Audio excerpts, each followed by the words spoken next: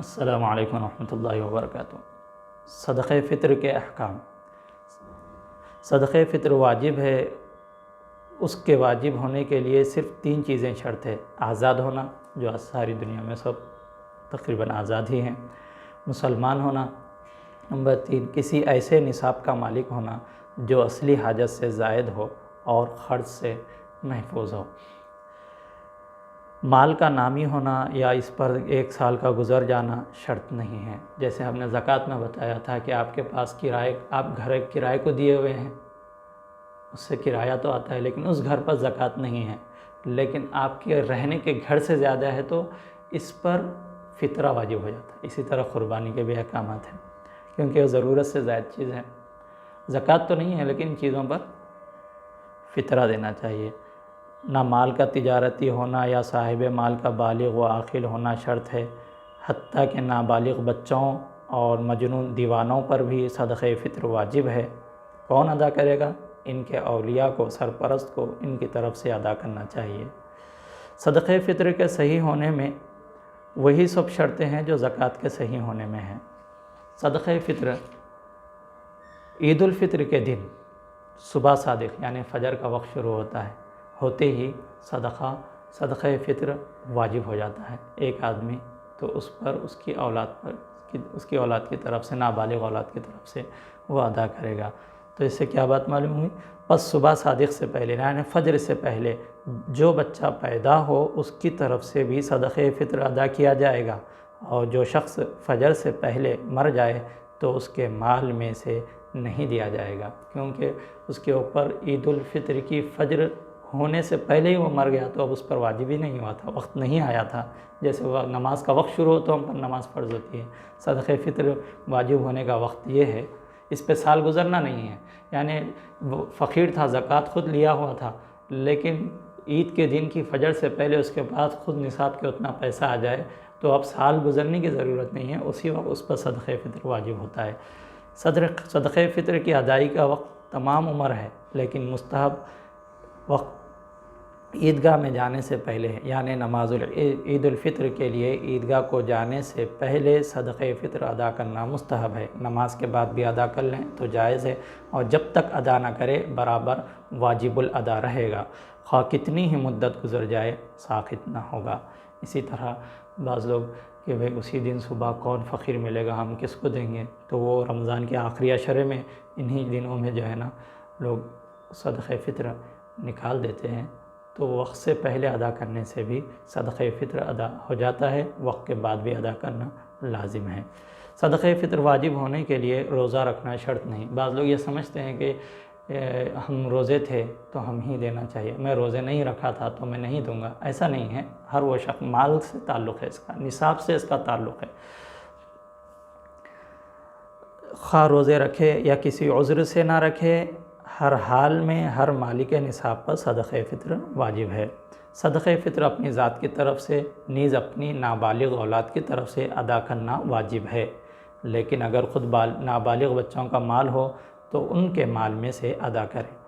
بالغ اولاد کی طرف سے صدقہ فطر ادا کرنا واجب نہیں، اگرچہ وہ باپ ہی کے زیر پرورش ہو، البتہ دیوانہ مجنون ہو تو ان کی طرف سے ادا کرنا واجب ہے۔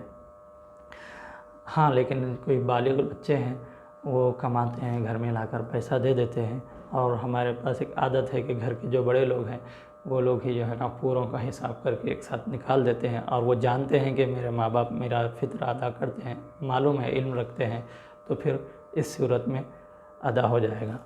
ماں پر اپنے چھوٹے بچوں کی طرف سے صدقہ فطر واجب نہیں۔ شوہر پر بیوی کا صدقہ فطر واجب نہیں، بیوی کو اپنے مال میں سے ادا کرنا چاہیے۔ اگر شوہر جیسا بیوی کے پاس زیور ہوتا ہے تو شوہر ہی جو ہے اپنے پیسوں سے ان کے زیور کی زکوٰۃ نکال دیتا ہے، یہ بیوی کے علم میں بھی ہوتا ہے، ایسے ہی زکوٰۃ ادا کر دیتا ہے۔ ایسے ہی شوہر فطرے کے پیسے بھی یا کسی بھی انداز سے بیوی کو معلوم ہے تو وہ دے دیتا ہے تو ادا ہو جائے گا، لیکن واجب نہیں ہے۔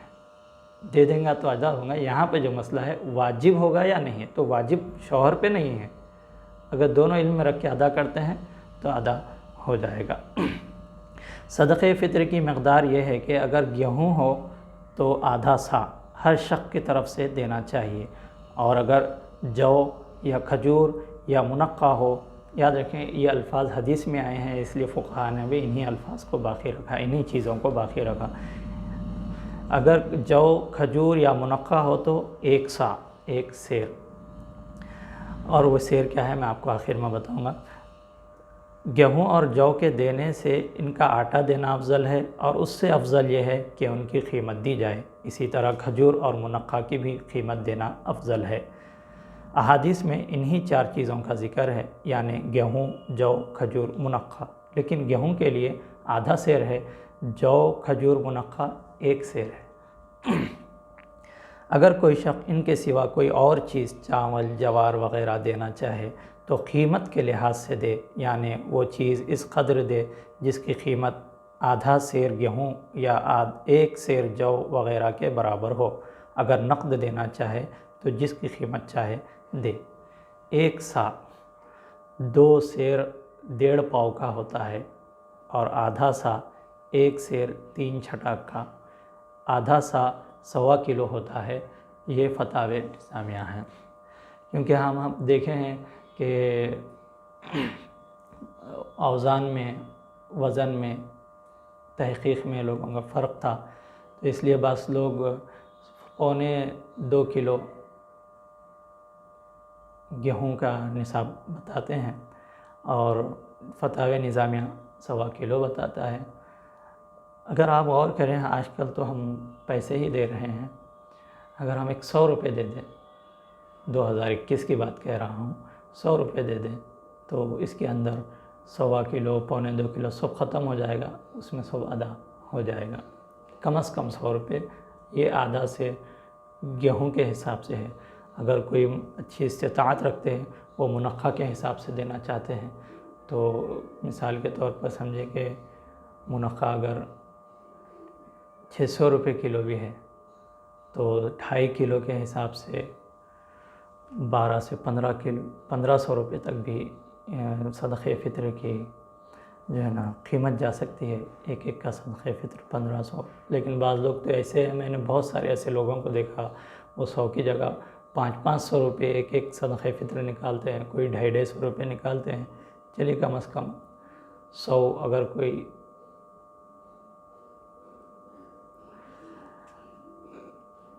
اس سے بھی کم دینا چاہتا ہے تحقیق کے ساتھ، تو پھر وہ اس کی مرضی ہے۔ ایک شخص کا صدقہ فطر ایک مسکین کو دینا بہتر ہے، اور اگر کئی مساکین کو دیا جائے تب بھی جائز ہے۔